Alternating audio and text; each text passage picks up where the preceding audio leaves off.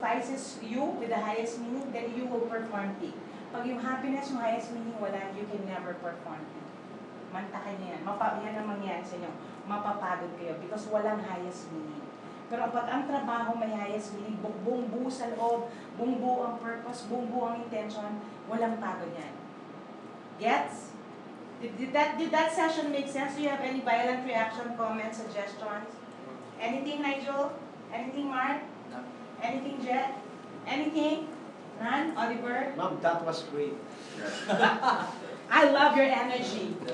So anyway, with that, please. gusto. Gusto niya? Next time. One-on-one. Private. But anything that came out here between Jane and me, strictly confidential, yeah?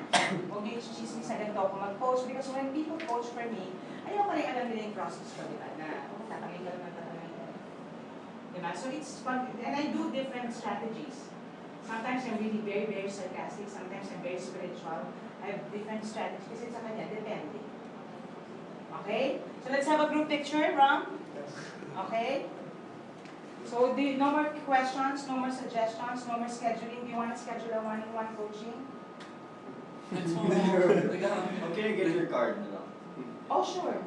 Or you can get my number from Miss Levi. Sige, ma'am, I get it. Yes, or get it from Mark. I think Mark has my number. Okay, so let's have a group picture. Can we have a group picture? So I hope I helped all of you with your values, kasi values enhancement talaga ito. So I hope your values are intact, your highest meaning are okay. Baka magbago makuha ka ito lang. Hindi ka na magbabago talaga. Okay, ready? Okay. One serious, one wacky. Ready? 3, 2. Okay, I'm taking shots. Okay, wacky. Wacky. 1, 2, wacky. Yes, I'm taking shots. Okay, no more. Okay. Thank you guys.